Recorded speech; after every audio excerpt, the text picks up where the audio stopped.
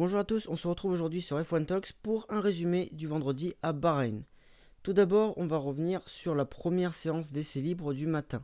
C'est Max Verstappen qui s'est mis en évidence en réalisant le meilleur temps dans la continuité de ses très bons essais hivernaux.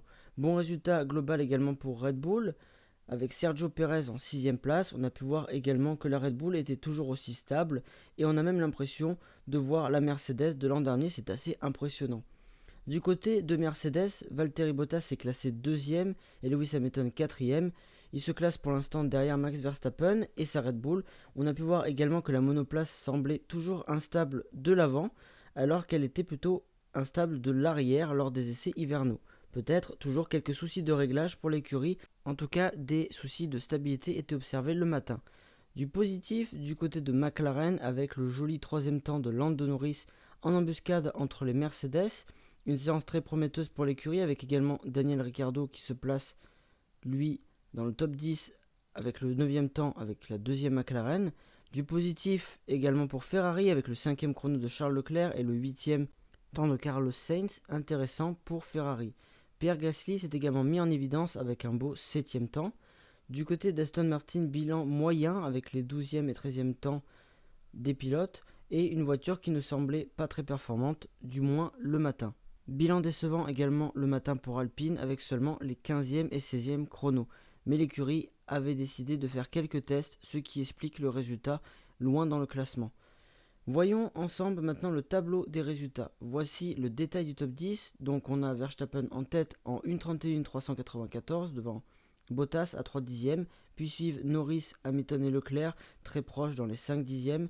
Vous pouvez voir le reste du top 10 avec à noter Giovinazzi pour Alfa Romeo qui complète le top 10. On regarde la suite du classement avec Kimi Raikkonen qui suit son coéquipier, les deux Aston Martin de Vettel et Stroll derrière lui, Yuki Tsunoda sur l'Alpha Tauri en 14e place, puis les deux Alpines d'Ocon et Alonso. Ensuite, nous avons les Williams de Russell et Latifi, et enfin les Haas de Schumacher et Mazepin qui ferment la marche. Après cette première séance d'essai libre a eu lieu la qualification de la F2. Et c'est Guan Yu Zhou pour Univirtusi qui a réalisé la pole position en 1:42.848 en devançant en toute fin de séance Christian Lundgaard de seulement 3 millièmes, un écart infime entre les deux pilotes de l'Alpine Academy. C'est un des plus petits écarts enregistrés dans l'histoire de la F2. On revient au classement avec en troisième position, nous avons Filipe Drugovich. Dan Ticktum partira lui 4ème, Yuri Vips 5ème, Richard Verschoor pour sa première qualification en F2 6ème, ensuite Jehan Daruvala 7ème, 8ème le champion F3 de l'an dernier Oscar Piastri, une belle performance pour lui, 9ème Liam Lawson qui s'est également battu pour le titre en F3 l'an dernier, jolie performance également, et enfin 10ème David Beckman qui devrait partir en pole position pour la course 2. Côté français, Théo Pourchère, vice-champion F3 l'an dernier, se classe 11ème pour sa première qualification en F2. Alors je disais que David Beckman devrait partir en pole de la deuxième course, car en effet les résultats des qualifs sont provisoires. Guan Yu Zhou, qui a réalisé la pole, était sous investigation des commissaires pour avoir franchi le drapeau adémé 2 fois. Une fois après son tour rapide qui lui a permis d'obtenir la pole et une nouvelle fois à l'issue de son tour de décélération au lieu de rentrer au stand. À l'heure actuelle, Zhou conserve sa pole position. Apparemment, il n'aurait reçu qu'une réprimande, mais en cas de changement, vous pourrez retrouver l'info sur le compte Twitter de F1 Talks.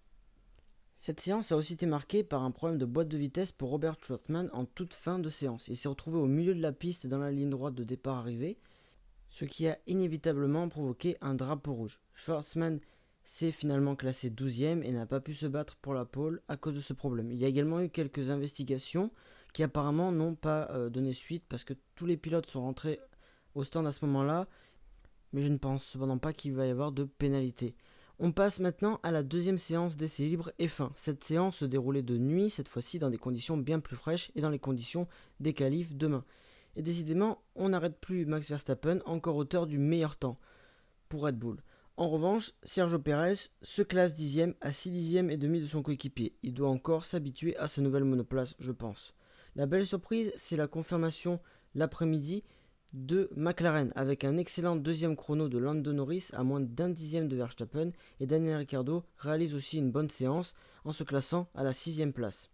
Les Mercedes se classent eux au 3ème position pour Lewis Hamilton est 5e pour Valtteri Bottas, qui notamment se plaignait en fin de séance de soucis d'équilibre et d'une voiture qu'il qualifiait d'inconduisible lors de ce qui semblait être un relais de course. Alors il semble qu'il y ait des soucis d'équilibre sur la Mercedes, avec soit du survirage, c'est-à-dire que la voiture se dérobait de l'arrière, soit du sous-virage, c'est-à-dire que la voiture se dérobait de l'avant, ce qui peut être assez intéressant pour la concurrence, mais on voyait tout de même que la voiture était assez rapide et qu'en relais de course, elle était également assez bien. En tout cas, les Mercedes semblent pour l'instant être derrière la Red Bull de Max Verstappen, mais on aura la véritable réponse seulement demain lors des qualifications. À la lecture de cette journée de vendredi, on peut voir également du positif pour Ferrari, avec un 4e chrono de Carlos Sainz. Charles Leclerc, lui, était un peu plus en retrait avec le 12e chrono. C'est donc une journée de vendredi positive pour Ferrari. Dans les équipes qui semblent en forme, on a AlphaTauri qui réalise un très bon résultat global sur cette deuxième séance avec un très joli 7e chrono pour le rookie Yuki Tsunoda et le 9e temps pour Pierre Gasly. On peut s'attendre à ce qu'AlphaTauri joue bien les troubles faits pour les qualifications demain. Du côté d'Aston Martin, du mieux avec Lance Stroll qui se place en 8e position. Sébastien Vettel, lui, est un peu plus loin, 14e place. Il doit sûrement encore avoir besoin d'apprendre à connaître un peu mieux sa nouvelle monoplace qu'il n'a pas pu beaucoup prendre en main. Pour Alpine, le bilan est finalement assez mitigé pour cette journée de vendredi avec la 11e place l'après-midi d'Esteban Ocon et le 15e temps de Fernando Alonso. Ça confirmerait les propos d'Alonso après les essais hivernaux qui indiquaient qu'Alpine aurait du mal à atteindre la Q3 à Bahreïn, mais bien sûr, à voir demain où nous aurons toutes nos réponses. Là, il y avait quelques tests de la part d'Alpine. Demain, ce sera le moment de vérité. Ces deuxièmes essais libres ont également été plus animés que ceux du matin, avec plusieurs excursions hors piste, avec notamment un tête-à-queue pour Nikita Mazepin sur sa Haas, une légère sortie au large pour Lando Norris, aussi de la grosse glisse du côté du train arrière pour Valtteri Bottas, et enfin on a vu en début de séance une sortie de piste, la première de la saison pour Kimi Raikkonen sur Alfa Romeo, qui a quand même bien tapé le mur, il a cassé son aileron avant, il a également endommagé son aileron arrière, et on aurait pu craindre des dommages sur sa suspension, mais il a pu repartir, rentrer au stand, et son écurie a même pu le renvoyer en piste en fin de séance. On passe maintenant au tableau complet des résultats de cette deuxième séance. Max Verstappen termine donc cette deuxième séance d'essai libre en tête après avoir déjà dominé celle du matin. Il réalise un 1:30.847. Il devance Lando Norris qui est seulement à 95 millièmes. Derrière, on retrouve Lewis Hamilton et Carlos Sainz assez proches à 2 et 3 dixièmes. Puis nous avons Valtteri Bottas, Daniel Ricciardo et le surprenant Yuki Tsunoda à 4 dixièmes, 4 dixièmes et demi. Vient ensuite Lance Stroll à environ 5 dixièmes et demi. Et nous avons Pierre Gasly et Sergio Perez qui complètent le top 10 à environ 6 dixièmes et demi. Pour la suite du classement, on retrouve Esteban Ocon et Charles Leclerc 11e et 12e autour des 7-8 dixièmes. Puis Antonio Giovinazzi, Sébastien Vettel et Fernando Alonso très proches les trois à 9 dixièmes. Kimi Raikkonen est lui un peu derrière eux à 1 seconde. George Russell avec sa Williams est lui un peu isolé à la 17e place à environ 1 seconde 5. Et enfin, nous avons assez loin Mick Schumacher, Nicolas Latifi et Nikita Mazepin qui ferment la marche à respectivement 2 secondes 4, 2 secondes 5 et 2 secondes 6. Donc on voit que c'est toujours les Williams et surtout les Haas qui ferment la marche. Et pour terminer, on va voir ensemble le programme pour le reste du week-end. Vous pouvez voir ici le programme du week-end. On va se concentrer sur le programme pour samedi et dimanche. Samedi, le premier rendez-vous, ce sera la première course de F2 à 11h20.